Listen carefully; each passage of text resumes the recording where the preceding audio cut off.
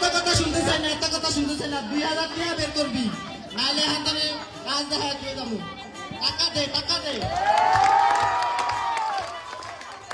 টাকা দে, টাকা দে, নাহলে নাচ দেখা দিয়ে যাবো।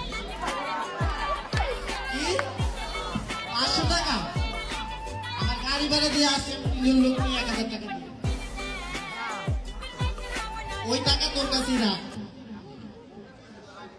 দেখা দিয়ে দে।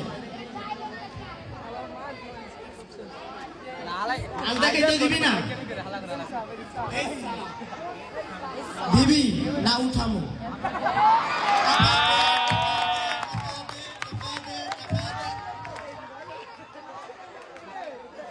তুই আমাকে মারলি?